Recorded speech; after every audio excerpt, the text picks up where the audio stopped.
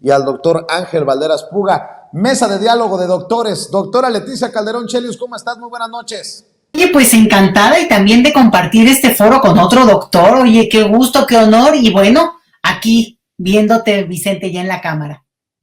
Muchas gracias, doctora. Saludo al doctor Ángel Valderas Puga, la doctora Leticia Calderón Chelius, experta en asuntos migratorios, investigadora del Instituto Mora, y el doctor Ángel Valderas Puga, experto en petróleo y energía. ¿Cómo estás, Ángel? Saludos desde Querétaro, también a la doctora Leticia González. Pues ya estamos por aquí siguiendo este acontecer de este México que cambió desde 2018, acontecimientos que corren muy rápido, que es difícil aferrarlos, pero que tenemos que hacer el esfuerzo de comprenderlos. Actores, momentos, decisiones que se toman, y pues ya estamos listos para esta mesa de diálogo. Claro que sí, la doctora Leticia Calderón Chelius y el doctor Ángel Valderas Puga. A ver, doctora, ¿cómo ves la designación de Leticia Ramírez como secretaria de Educación Pública y que ha generado toda clase de reacciones? La más vomitiva, nefasta, asquerosa, desde mi perspectiva, bueno, son dos. Una en Twitter de precisamente Javier Lozano, conocido en el bajo mundo de las benditas y malditas redes sociales como el saco de pus. Fíjate, nada más la virulencia con la que hablan de este tema. Creo que fue por la mañana. Sí, Jorge Gómez Naredo, el director del periódico Regeneración, hacía referencia al nombramiento de Aurelio Nuño, que lo anunciaron los medios en su momento de una forma muy positiva y hasta le nombraron negociador. Casi se hincaban y bueno, pone un ejemplo de una nota cuando fue anunciado como secretario de Educación Pública Aurelio Nuño, sin ser experto, que es lo que le reclaman a Delfina Gómez, es lo que le reclaman a Leticia Ramírez. Y dice Javier Lozano, se necesita ser muy pero muy pendejo para comparar la capacidad, experiencia e inteligencia de Aurelio Nuño con la improvisada y mediocre Leticia Ramírez. Válgame Dios. ¿Y qué me dicen de Leonardo Curcio? Con justa razón el presidente hace unos días mencionaba que hay voces de las que dicen, de las que gritan censura, que están en los canales del Estado, como el Canal 11, Leonardo Curcio y Mario Amparo Casar. Tenemos precisamente este segmento en el que Leonardo Curcio, con gran clasismo y discriminación, se refiere al nombramiento, a la selección de Leticia Ramírez como nueva secretaria de Educación Pública. Échalo, mi querida Adriana.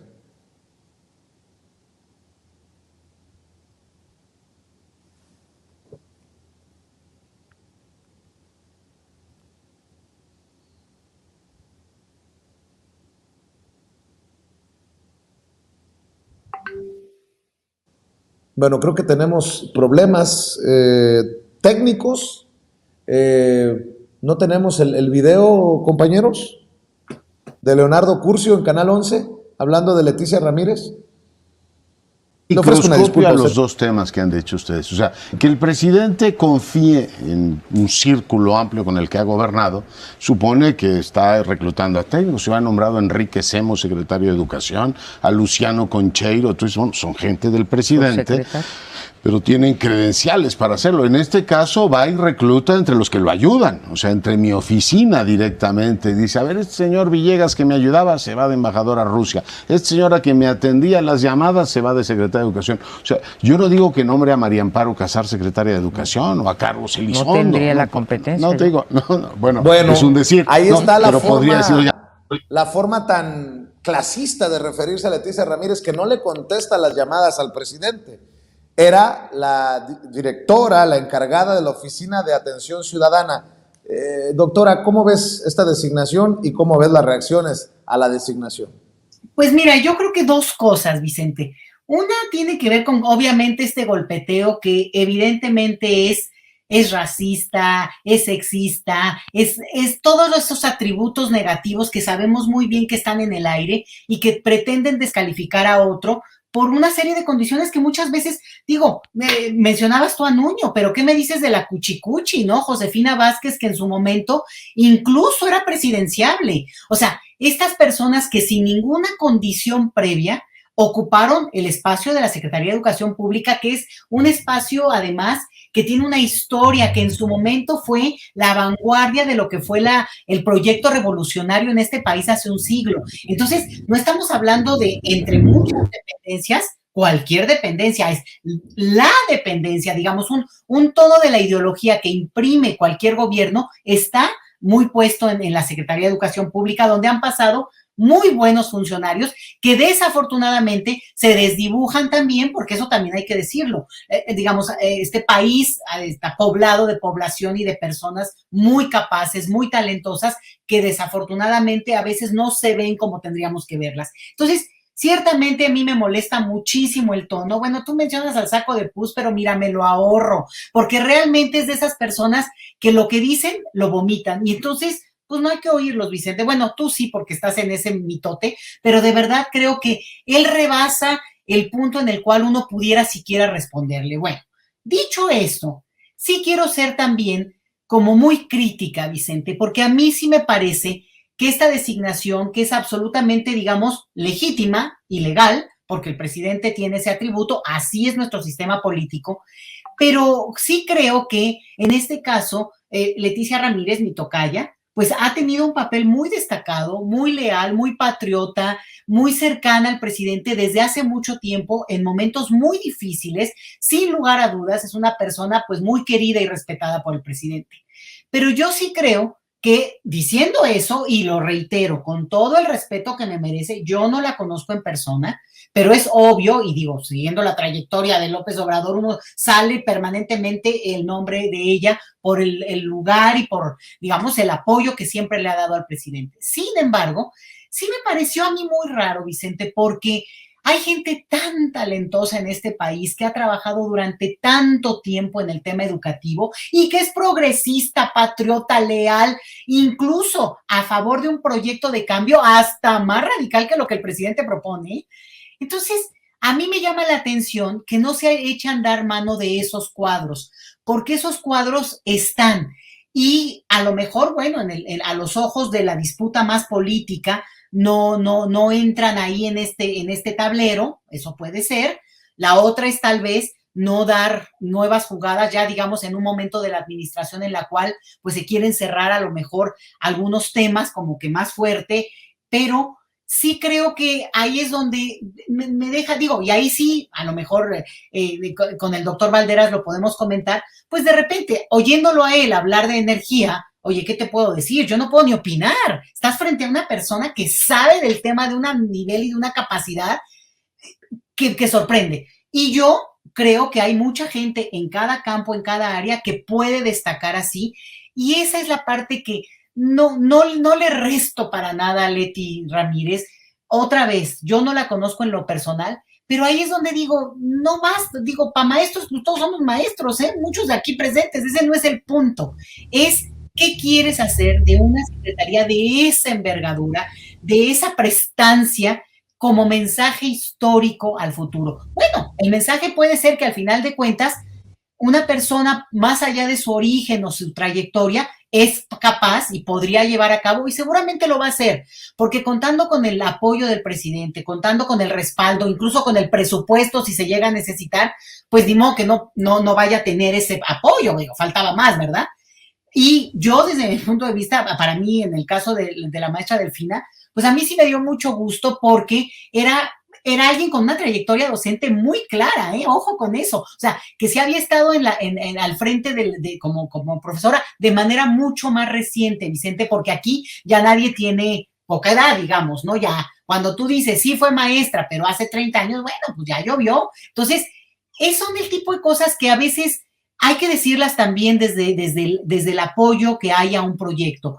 Hay cosas que pueden ser más finas, hay razones, y al final de cuentas le salen bien a López Obrador, digo, eso no me queda la menor duda, y se le apoya por eso. Dices, qué bueno, pero yo no dejo de sorprenderme justo en esta designación, que mira, a veces creo que justo para no darle gusto a sus críticos, porque se andaba ahí, digamos, ventaneando una posibilidad de cambios de un área a la otra, ya ves el chisme que corrió de que si la de CONACYT se iba a la SEP, y entonces, a veces creo que por no darle gusto a ese cuchilleo y a ese, que hay fuentes internas en Palacio Nacional que les dicen a unos quién va a ser y quién no va a ser, el presidente hace un cambio y un giro y hace este tipo de decisiones. Esa es la impresión que a mí me queda, Vicente. Le deseo lo mejor también a este país con una designación que tenga todo el apoyo del presidente y sin embargo, sí creo que, bueno, pues no deja de sorprender y para quienes mis colegas que han trabajado durante décadas, te lo diría yo, el tema de educación,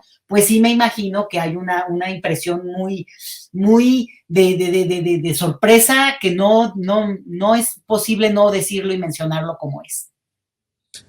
Doctor Ángel Valderas Puga, ¿cómo ves tú la designación de Leticia Ramírez y obviamente las reacciones que ha generado esta sorpresiva decisión del presidente, que ahí sí que ni las fuentes de Palacio Nacional las veían venir, porque si no le hubieran dado la exclusiva a alguno de estos personajes que hacen referencia a esas fuentes seguido? Lo que dijo Leticia, yo soy investigador, profesor universitario, y verá, lo primero es que la oposición en México quiere pensar, está ilusionada, quisiera que la realidad fuera otra y que los mexicanos no tuviéramos memoria. Y mira, hablando de investigadores, pues yo a mis estudiantes les digo, si van a usar Wikipedia, pues sí, entren a Wikipedia, pero como primera opción no se queden ahí y luego jalen a las fuentes originales. Toda esta gente que critica, pues mira, tienen una cola larga, muy larga, como para andar criticando perfiles. ¿Quiénes fueron los 3 secretarios de Educación de Enrique Peña Nieto? Y estoy usando Wikipedia, que Ricardo Alemán y López Dóriga, todo el mundo tiene acceso a Wikipedia, lo tienen estudiantes de la secundaria que pueden entrar a Wikipedia, y me pregunto, ¿cuáles eran las credenciales académicas del señor Emilio Choaifet Chemor? Del mismísimo Aurelio Nuño, de Otto Granados Roldán, los 3 secretarios del gobierno de Enrique Peña Nieto.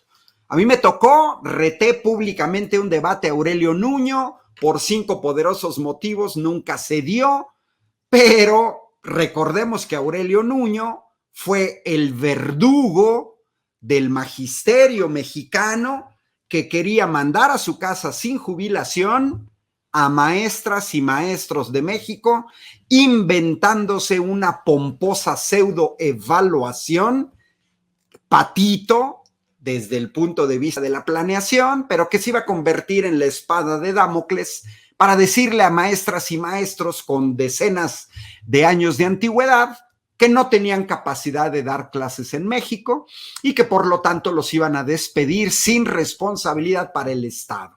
Ese es el señor Aurelio Nuño. ¿Quién era Aurelio Nuño? ¿Un experto en educación? No. Ya lo señaló Leticia. Josefina Vázquez Mota. ¿Cuáles son sus credenciales académicas para haber sido secretaria de Educación de Felipe Calderón? Alonso Lujambio, José Ángel Córdoba Villalobos, que además él era médico y cuando fue secretario de Salud se metió siempre en problemas por su pensamiento conservador, siempre en una cuestión ligada a la polémica con las pruebas rápidas del SIDA, del uso del condón, de la píldora, píldora siguiente. Y Vicente Fox, su secretario, pues fue a rescatar a un rector de la Universidad Autónoma de Nuevo León, responsable de la represión a la izquierda universitaria regiomontana, muy conocido, muy recordado, Reyes Tamés, que también brinca de la rectoría de la Universidad Autónoma de Nuevo León. Ese se aventó los 6 años de Vicente Fox. Entonces, ¿qué quiere decir? Pues que no nos vengan a presumir que antes Se elegían secretarios de educación con un perfil de educación, investigadores, etcétera. Sabemos que ahí metía las manos el Bester Gordillo. Así es que no nos vengan con cuentos. Y mira, te dije, le voy a copiar a Leticia, pues no hay otra opción. Si me hubieras dado a mí primero la palabra, que no estaría bien, Leticia me copiaría, porque estamos totalmente de acuerdo. Primero, dejemos de lado los secretarios de educación de los neoliberales. Yo creo que sí era una oportunidad de jalar alguno de los cuadros de educación en México que pudiera iniciar, consolidar la nueva escuela mexicana, los nuevos proyectos de educación, decía Leticia, dejar una herencia cultural para muchos. Pues estamos convencidos que la Secretaría de Educación es tan estratégica como la Secretaría de Energía, como la Secretaría de la Defensa Nacional, como la Secretaría de la Marina. Hablamos en el caso de la 4T, pues de la revolución de las conciencias, y eso pues lo hace el magisterio, y lo hace el magisterio si está convencido, si hay un plan nacionalista en la educación que recupere la autonomía. Es cierto que la nueva secretaria de Educación fue incluso dirigente sindical de la sección 9 del CENTE, que corresponde más a la disidencia, a la CENTE. Es cierto que viene de la organización de izquierda revolucionaria Línea de Masas. Es cierto que viene desde el PRD acompañando a Andrés Manuel. Yo creo que la decisión del presidente, y aquí lo veo en algunos comentarios, se jugó más en no tratar de no introducir otro elemento en una sucesión presidencial adelantada, donde ya hay claramente 3 personajes que están en la mira y que de alguna manera la incorporación de un secretario de peso político propio podría haber de alguna manera, pues lo voy a decir hasta con el término de Andrés Manuel, movido las corcholatas, ¿no? Y la otra, creo que el presidente decidió, por una persona de toda su confianza.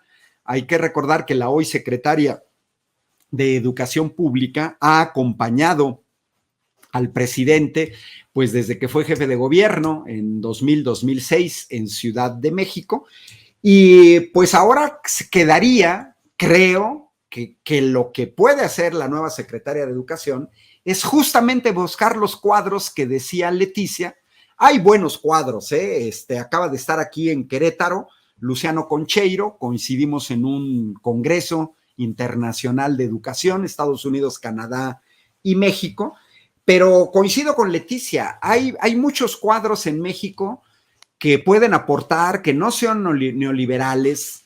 Muchos de estos cuadros nos movimos en contra de la reforma educativa neoliberal, tanto desde el punto de vista teórico como desde el punto de vista sindical, que incluso estuvimos en las calles, porque a veces uno tiene que batallar así, y pues yo me esperaría que de alguna manera se supliera esto con un buen equipo. Hay que recordar, y ya con esto termino, pues que la Secretaría de Educación Pública forma parte de este elefante al que ha hecho referencia Andrés Manuel, con una serie de cuadros enquistados en direcciones, subdirecciones. Miren, hasta hace poco, yo como profesor del Tecnológico de Querétaro, teníamos de jefe a un neoliberal, Fasnacht, que venía de la Autónoma Metropolitana.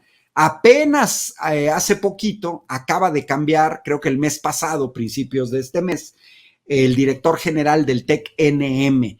Es también evidente que un gobierno no puede llegar a correr a todos los cuadros de una administración anterior.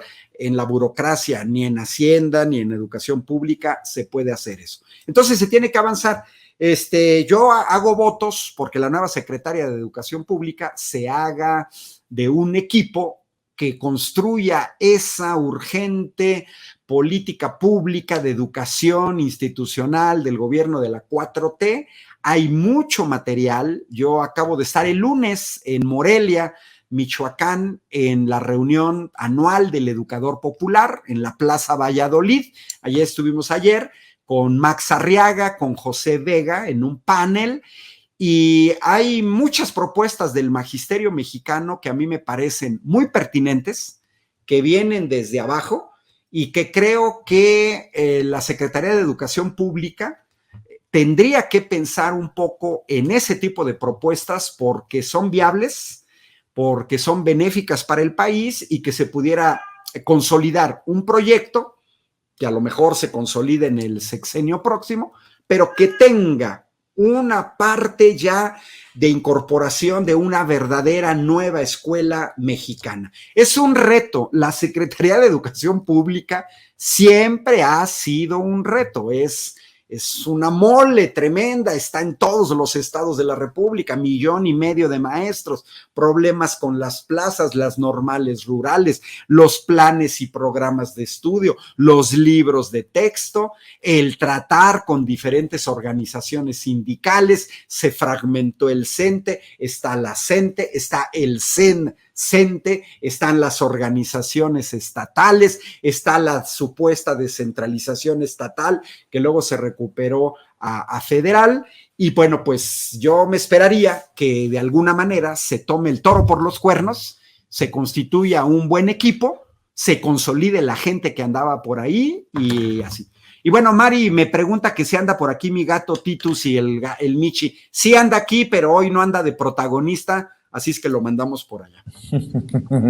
¿Cómo ven esta solicitud de desafuero a Alito Moreno?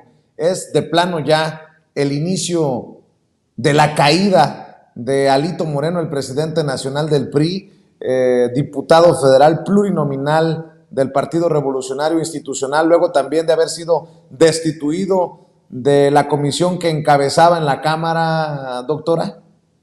Fíjate que a mí lo que me sorprende, Vicente, es el uso del fuero, que digo, todo lo que ha pasado, lo que hemos vivido, y no de ahorita, de hace mucho tiempo, y no sea posible, que es parte de lo que está en la discusión de la reforma electoral, de quitar, digamos, que el fuero tiene un motivo, una razón de ser, o sea, digamos, yo no estoy diciendo que lo desaparezcan, pero la manera tan vulgar, como justamente ejemplifica el caso de este señor malito, alito, taradito Moreno, realmente me sorprende, porque o sea, le tendrían que haber hecho un juicio y sus mismos compañeros tendrían que haber dicho, es que es inaceptable lo que hemos oído a través de los videos, que digamos, ya se sabía, pero todo el tráfico ahí, pues sexualoso que parece que está por detrás también, digamos, yo no estoy diciendo que ocurra, pero parece ser, y ahí hay una cosa muy grave. Entonces, al final de cuentas, lo único que está haciendo es que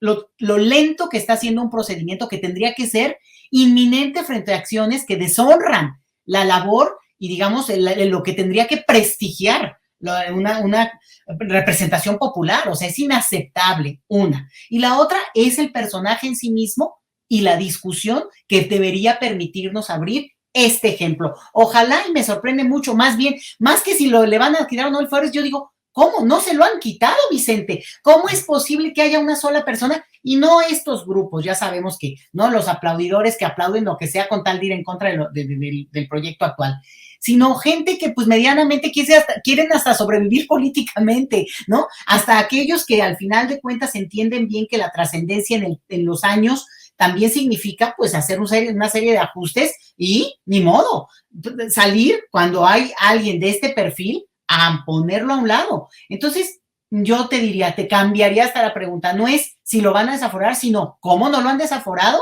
y espero yo que eso ocurra pronto, porque sí me parece que es un caso gravísimo. Doctor Ángel Valderas Puga, ¿Alito Moreno contra las cuerdas?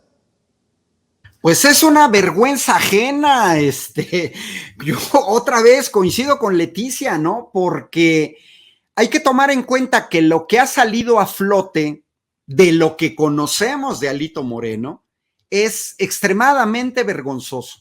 No es por ser eurocentrista, no, absolutamente no, pero en Estados Unidos, incluso en Canadá o en Europa, por mucho menos de eso, este señor ya habría sido desaforado y ya habría sido defenestrado y estaría bajo una investigación por corrupción, porque desde de aquellos primeros martes del Jaguar y las grabaciones que escuchamos, pues vimos que Alito Moreno es puro malandro.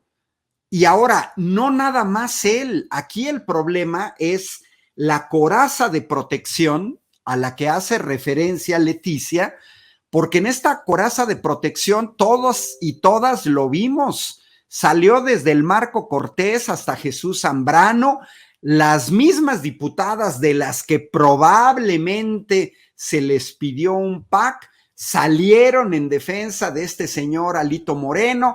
Hay voces críticas en el PRI, acuérdate cómo trató a los expresidentes del PRI, no, que no les iba a hacer caso, que además él se iba a quedar, que él iba a decir las candidaturas de 2024, lo dice públicamente. A mí lo que me sorprende es este anillo de protección que muestra simplemente que en la derecha mexicana y en esta coalición Va por México tienen cero ética, tienen cero vergüenza, no les importa hacer el ridículo saliendo a defender lo indefendible. Por eso decía, pena ajena, vergüenza. Efectivamente, ya se están tardando y yo hago changuitos porque el trámite de desafuero se concrete, que no suceda lo que pasó con Cabeza de Vaca en Tamaulipas, que se abra una investigación y que el señor rinda cuentas. Es sano que rinda cuentas. Y para los que me preguntaban de mi gato, pues aquí está, ya llegó.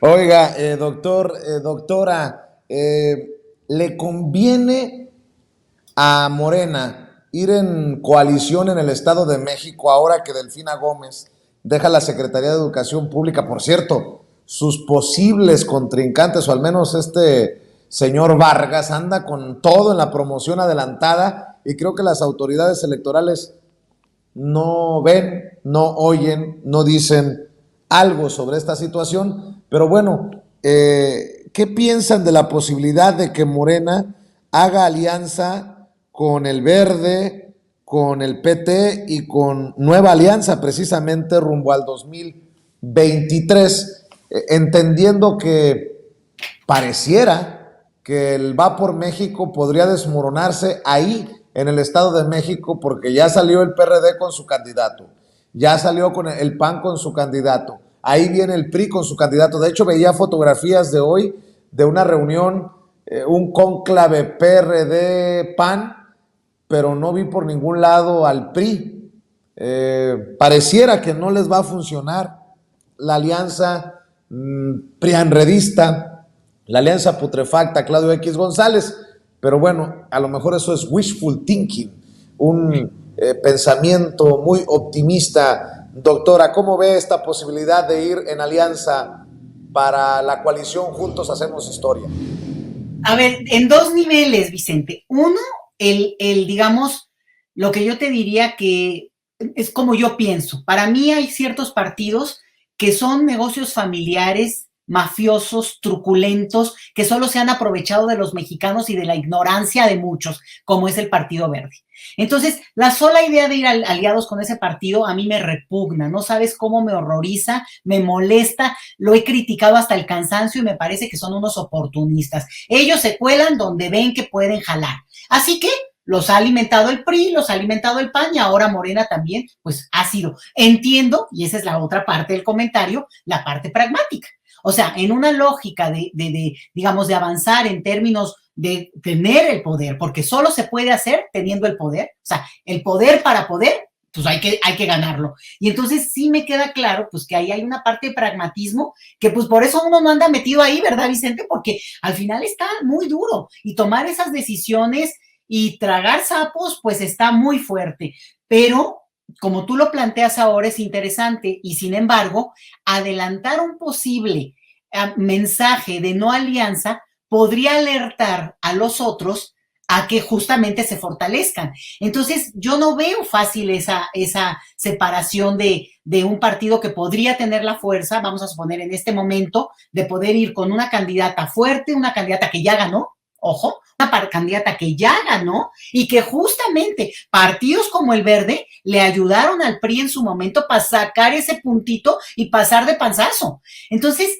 lo que yo aquí veo es que al final de cuentas, pues obviamente es un juego muy delicado de qué tanto este mensaje de fortaleza podría también a su vez darle elementos a una potencial alianza para hacer digamos, para tratar de hacer, por lo menos jugar políticamente en términos de rivalizar. Entonces, dado un escenario en el cual sí preocupa que pudiera seguir el PRI, la verdad es que entiendo que ahí el juego del equilibrio va a ser potente. Mi opinión, como yo le decía, personal, es que hay estos partidos, y bueno, me dices Nueva Alianza, bueno, ¿qué te puedo decir?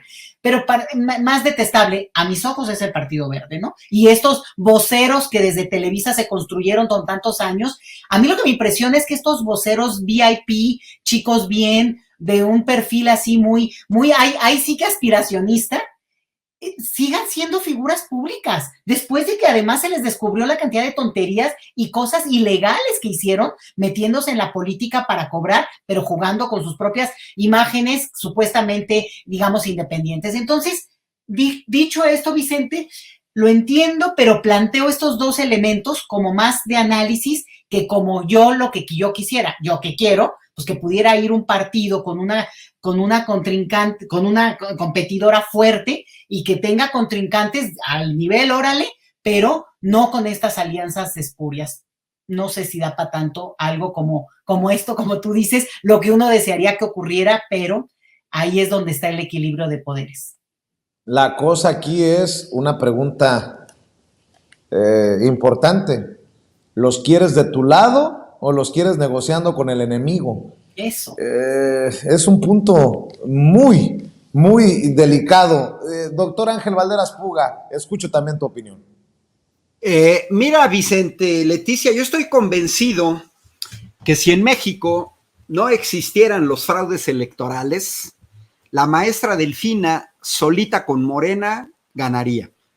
Porque efectivamente ella ganó las elecciones en 2017 a una alianza conformada por el PRI, por el Verde Ecologista, por el PANAL y por el PES. Eran esos 4 partidos contra Morena y aún así Delfina ganó.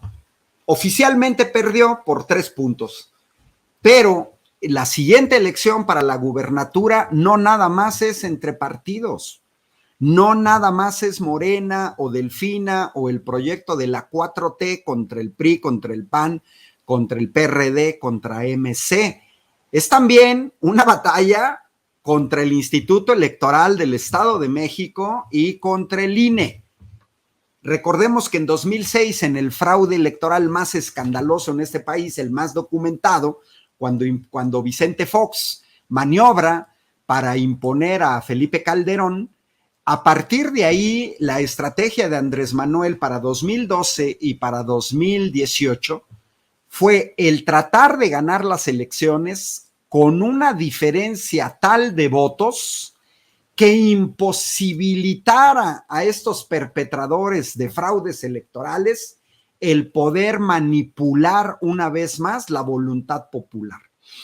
Yo también lo veo desde el punto de vista pragmático. El comer sapos, pues sí, a mí no me gusta el Verde, el PT tradicionalmente ha sido aliado de Andrés Manuel, salvó este periodo que estuvo con el PRI y que lo salvó del registro nacional que ya habían perdido, pero a final de cuentas yo creo que en esta combinación entre pragmatismo, etcétera, pues yo prefiero una coalición de Morena con PT y con el Verde ganando la gubernatura del Estado de México que una competencia de Morena donde le vuelven a hacer fraude a Delfina. Yo estoy seguro que sin fraude, Delfina Gómez vuelve a ganar las elecciones del Estado de México. Sin fraude. Pero ya se han movido las piezas, ya sabemos cómo actúan los institutos electorales, no nada más el INE, ahí sigue Lorenzo Córdoba, ahí sigue Ciro Munayama, y también en los estados lo ha denunciado Bernardo Barranco Echeverría, que fue incluso consejero del Instituto Electoral del Estado de México. Creo que hasta tengo aquí un libro. Mira, se ve mal, pero espérenme porque me lo acaban de regalar. Aquí está, miren. Aquí está. Y no sabía que me ibas a preguntar, Vicente. Pero aquí está el libro de Bernardo Barranco, El infierno electoral, el fraude del Estado de México y las próximas elecciones de 2018, con prólogo de Lorenzo Meyer. Es decir, aquí tenemos ese problema. La otra, con esto cierro mi comentario, la fragmentación de los partidos en México nos está llevando a escenarios, no como el escenario norteamericano, que conocemos muy bien. Ahí nada más hay una sopa amarga y otra más amarga, porque ya lo vemos desde la guerra en Ucrania, las intervenciones en América Latina, en Medio Oriente. Da lo mismo Biden que Trump, hay matices en algunas políticas públicas, etcétera, pero esa es la triste historia del pueblo norteamericano, donde además tienen dos opciones y además muy parecidas. Pero lo vemos en Europa, Francia, hasta 13 candidatos a la presidencia, lo vemos en Italia, lo vemos en España, lo vemos en el Reino Unido, en Bélgica, en Holanda, en donde se tienen que hacer coaliciones, y estas coaliciones incluso van entre partidos que son como agua y aceite. Recordemos la defenestración de Mariano Rajoy, que no cayó por elecciones, sino cayó por una moción en el Parlamento español. Se da después de que Pedro Sánchez logra una alianza con el PNV, el Partido Nacionalista Vasco, que ha funcionado un poco como el Partido Verde, que a veces ha sido aliado del Partido Popular, a veces ha sido aliado del PSOE, pensando en sus intereses. Es parecido, parecido. Ahí hay que tomar en cuenta que los vascos, bueno, pues ellos se mueven en sus intereses. No es este Partido Verde que está aquí, está acá y está allá. Entonces yo lo que veo es eso. Todavía 3 años no han bastado, se requiere la reforma electoral, se requiere un nuevo INE, porque está la cultura del fraude metida no nada más en los partidos políticos, no nada más en las personas que ven normal comprar votos, acarrear gente, etcétera. No, también desgraciadamente en las instituciones que deberían de ser los garantes de elecciones limpias y que además tienen un presupuesto de 20,000 millones de pesos al año, con una cantidad de funcionarios que ganan más que el presidente de la República, pero que su actuar en cada proceso electoral ha sido faccioso. Los vimos hacerse patos con la enorme cantidad de dinero que se gastó Peña Nieto, así como el gobernador TikTok de Nuevo León, Samuel García, donde también se voltean para otro lado. Entonces yo creo que la decisión de buscar la alianza habría que verla por ahí, hacer todo lo posible por detener un fraude electoral y que la maquinaria priista, en contubernio con el Instituto Electoral del Estado de México y el INE, vuelvan a robarse la elección de ese estado que ya perdieron. Creo que va por ahí. Pues que siempre interesante analizarlo desde diferentes perspectivas, estos temas que son y que serán importantes. Doctor Ángel Valderas Puga, ¿por qué no cerramos invitando a la gente a tus redes sociales para que esté al pendiente de lo que estás opinando y haciendo? Ángel Valderas, donde anuncio a veces en dónde voy a estar, sigo un poquito colaborando con el movimiento magisterial, ahorita en el caso de Michoacán.